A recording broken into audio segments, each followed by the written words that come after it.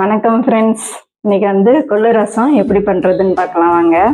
கொள்ளு ரசத்துக்கு புளி பாருங்க, இந்த அளவு ஊற போட்டிருக்கேன். இதோடைய கொஞ்சம் கல்லுப்பு இவ்வளோ ஊற போட்டேன். கல்லுப்பு ஊறி இதை நல்லா ஒன்றா சேர்ந்து பிசைறப்ப நல்ல ஒரு டேஸ்ட்டு கிடைக்கும். கொள்ளு பாருங்க, ஒரு அரை கை அளவு நல்லா ஒரு 5 விசில் விட்டு வேக வச்சு எடுத்துட்டேன்.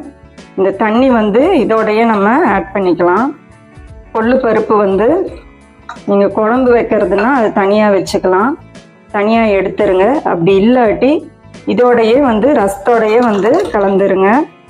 சீரகம் 2.5 ஸ்பூனு, மிளகு 2 ஸ்பூனு, பூண்டு நாட்டுப்பல்லு பூண்டு போடுங்க, நல்ல ஒரு டேஸ்ட்டு கிடைக்கும்.